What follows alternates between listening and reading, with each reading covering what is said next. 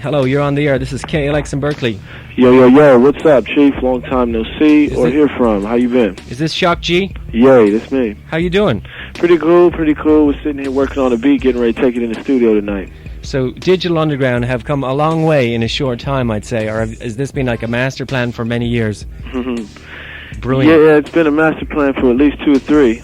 And we want to try and take it a lot more years. We want to try and get a lot of longevity and maybe get a 10-year span out of this. Right.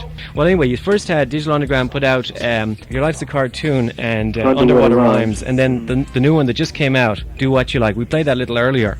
Actually, It's really great. It just came out on Tommy Boy, and that's from a forthcoming album. So what you're doing tonight in the studio, and you have been for the last number of weeks, is that all going to be on the album? Yeah, we're putting the last song on. We just got off the phone with Tommy Boy. Matter of fact, they wanted one more song, so we said, fine, we're going in tonight, and we're going to cut one. I don't know if you're aware of David Elliott. Who's Goldfingers, he's our DJ. Oh, yeah. He put the beats together. And, of course, we got Money B. This 89's lineup is Money B, Shock G, Chop Master J, and David Elliott. There's 5 of us up front, and then there's a whole slew of backup characters, including Mac Moan, Bulldog, Kenny K, the MD Dazzling, Doc P, just whoever we decide to take on tour this time. You know? And when you go on tour, are you going to play live, back music, or is it going to be records, beats? It'll be a combination. Right. It'll be a combination. There are certain styles of beats where there's an advantage to running the beat from the wax, and some beats is an advantage to run them live from the drum machines, and some is advantage to run it live from acoustic percussion. Right. Okay, well listen, what we're doing tonight here on KALX is we're doing like a special on rap music and all its roots. And all its distant relations to, and of course rap, from the late 70s on to now, but we're going like way back into time. And in your song, Your Life's a Cartoon, in the Digital Underground song, you do a great concise history of all that. And you start out, you talk about from blues came jazz came swing. So you think there's a direct line there, right up to the present, to rap music in 1989? There's like a... kind of look at it as a giant fork. This is kind of the way we see it. We see you've got Africa and the sounds that are original to Africa that have been going on for a very long time. And then you've got what is born out of America, which is the blues. Most commercial music as we know it, matter of fact, all commercial music as we know it, has come from the blues. And before the blues, I guess the only things there were the Russian waltzes or the operas or the Catholic music that was used in the church, the classical music, a lot of different forms of music, but all of the rock and roll, jazz, swing, funk, soul, everything came out of the blues. And if you were to do a chronicle, if you wanted to go to a library or to a record store and you were to pick records out from the different years, you can actually see the cycle that it went. Around in the 60s and 70s, it took a split, and some of it got simpler. Like you have your James Brown, your Sly Stone, who took one chord and just vamped that, and that was the birth of the funk and the soul and whatnot. And then you had, on the opposite end of the spectrum, you had the rock groups like Hendrix, the Hendrix Experience, who took the one-chord groove further in a vein of, with the acid guitars and everything. You've had your pop groups like the Beatles, who took the R&B formula and put the real simplistic melodies over it and the real fun and easy, relatable, oriented lyrics, content and everything. And it all went in a different way. But yeah, I think rap directly came from the blues and that. And where the African influence comes in, this is where the fork comes in with hip-hop, is that... okay, the soul music that was done in the 60s, 70s, and even now with groups like De La Soul and Raw Fusion and people going even further back using older stuff, you've got all the music that was come from the blues, the soul music, the funk. That's the main part of the hip-hop. But the other aspect of it that a lot of people don't recognize is the rhythms. And the rhythm and the self-expression point about rap, the fact that people are expressing themselves and that they're not so much telling a story or singing a song as they are just telling you what's up with their life. And that's what you really see in hip hop, telling you who they are, what they're about, and the rhythmic structure in hip hop dates back directly to Africa. And one of the things about hip hop, a lot of people try to say you have music and then you have rap, which is just a beat. There's no music involved, right. Or they're using other people's music. First of all, I wanted to say that rap is the freshest, newest, and art form on the planet right now. And people who argue that it reuses older James Brown music and stuff like that, I would just like to say it's never been done before. They say it's already been done.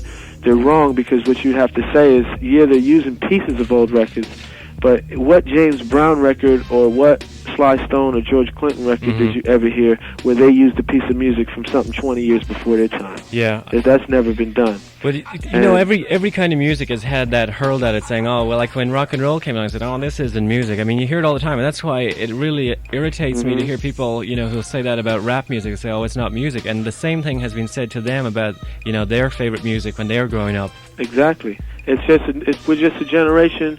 My parents would storm in the room and tell me to turn down those Jimi Hendrix records. I guess, now people's parents are storming in the room telling the kids to turn down that rap junk, put some real music on. And I'm sure I'll be storming in the room telling my son, would you play some rap, play some real music instead of this garbage that you're playing, whatever that may be. But one of the other things I wanted to say, that whether I feel an African influence or just a percussive influence, one of the things about rap that makes it highly musical is that rap incorporates sounds, other sounds of the spectrum. There's so many sounds in the world, not just the sounds that come from a piano, a bass guitar, a string section, or horns, but there's so many sounds. The sounds of water dropping, sounds of animals, the sounds that are made when a car gets turned on, there's sounds from dishes in the sink, there's wind, when wind blows, that sound. The spectrum of sound is so vast, and up until now, music was only using a small portion of it, just the sound that's created from standard musical instruments. But with rap, with the art of sampling, they've worked into a rhythmic pattern so many more sounds. They've opened the sound spectrum up to anything. You may hear explosions used in a rhythmic pattern in hip-hop, and I think that is really achievement and separates hip-hop from a lot of other music forms. Okay, Shokji, let me ask you a question. You're talking about, people saying, oh, it's not music and that, but if you listen to rap today, and you listen to, like, the rap from the late 70s, the Sugar Hill records, I mean, they're so far different, and I wonder... rap is definitely here to stay, even though people said, oh, wouldn't say, it's like punk rock and it went away. But I think rap will fare a lot better 10 years down the road. But what do you think it'll be like in 10 years? Because, now it's so different from, the late 70s, early 80s. Yeah, it is. Actually, what it is right now, you're going through one of the purest stages of rap. What rap is, what you hear commercially in rap music now is very close to what was heard in the streets of New York between the years of 77 and 79, before there were rap records. There was just tapes circulating, people were known, people were famous even, and even 5 tickets as high as $10 at the Apollo to see some of these groups like Grandmaster Caz and the Cold Crush 4, featuring Grandmaster Caz, Grand Wizard Theater, Grandmaster Flash, they were around, Treacherous 3 with Kool Moe Dee. A lot of these people were already known and huge ticket drawers before there was rap records out, and this is what the record sounded like. It was usually 2 turntables and an MC, and the voices over the 2 turntables over the music that they were using, and occasionally they started to mix in drum machine sounds with it. And if you listen to a rap record now, it's usually the main groove is sampled in or turntable scratched in old grooves with drum machines complementing it, whereas the Sugar Hill records of the 70s, those were bands recreating, because even rap artists weren't sure how it was going to be accepted. Even people from New York didn't think it was going to last and didn't think it was going to be a big deal. I spent a lot of time in New York. That was one of my second homes, and I was there during these years. In the late 70s?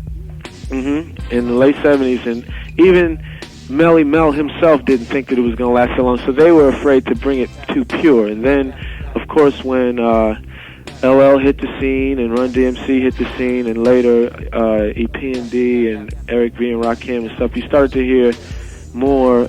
The rap got pure as people understood it and were able to accept it. Now it's at its purest form. So to really get back to your question, which was how do you think it's going to sound in the future? 10 years from now. 10 years from now, I think you'll hear what you hear now, you'll hear a newer form. You'll hear form like what Digital Underground and our side band Raw Fusion, where we're trying to take it. We're trying to take it into highly developed song structures using influences from clashing music styles and putting it all together to make one song rather than just sample one particular groove. You'll hear it in the vein of where Jazzy Jeff and the Fat Boys are taking it, and other groups that are doing that vein now. What I really want to say is that I think right now that pure rap is at its peak, and that right now from here you'll see rap go off into different directions, just like rock and roll did, and where you have people nowadays who are into vintage rock who only listen to groups like The Who, and there'll be classic stations.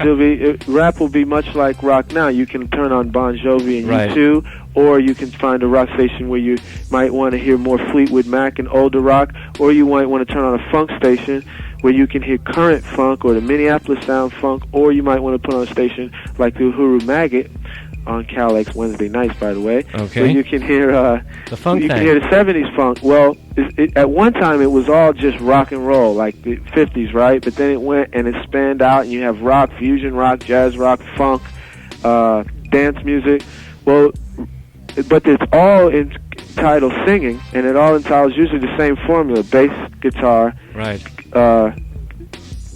lead guitar, and keyboards and drums. Well, the hip-hop formula, turntables, samplers, and drum machines, with that formula will probably be the dominant force, I think, of popular music in the future, with all the different branches, of course, the light-hearted, the classics, the purists, the oldies, whatever. And when you go to the record store, it's going to be really confusing because there's going to be so many sections to visit. In closing, I was wondering, could I say one thing? Please do. I wanted to clarify that Digital Underground is the all-Atlantic, all-Pacific, all-city posse. We've got members not only from Berkeley, but from Oakland, from Florida, New York City, people who are now living in Oakland, originally from Philly. We've got a posse of people who send in ideas from all around the United States.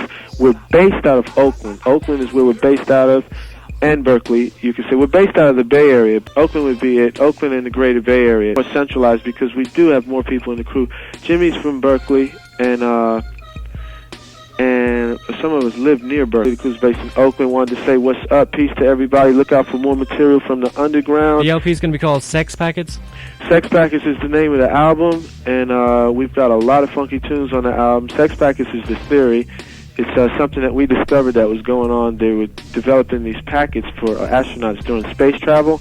They say that, scientists say that men are more productive when they're sexually satisfied or whatever, and sometimes they're in space travel for a long time. So just like food packets, they were developing these sex packets, which have kind of leaked out and become a small street epidemic in some places.